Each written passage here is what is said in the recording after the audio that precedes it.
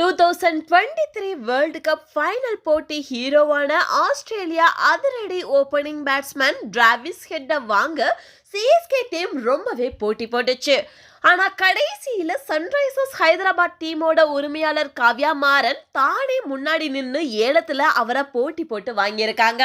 2024 IPL ஏலம் துபாயில இப்போ நடந்துட்டு இருக்கு.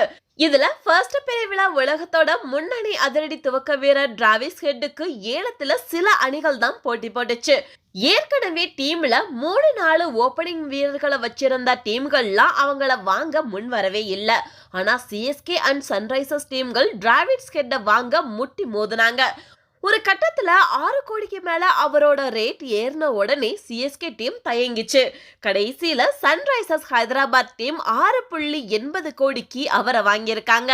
சென்னை சூப்பர் கிங்ஸ் அவரை வாங்கினா ஆல்ரவுண்டரா யூஸ் பண்ண வாய்ப்பு இருந்துச்சு. ஆனா அதிக ரேட் போனதால சிஎஸ்கே அணி தரப்பு பின் வாங்கிருச்சு. சன்ரைசர்ஸ் டீம் இதுக்கு முன்னாடி டேவிட் வார்னரை ஓபனிங் பிளேயரா வச்சிருந்துச்சு. இருந்தாலும் லாஸ்ட் டைம் அவரை டீம்ல இருந்து நீக்கி இருந்துச்சு.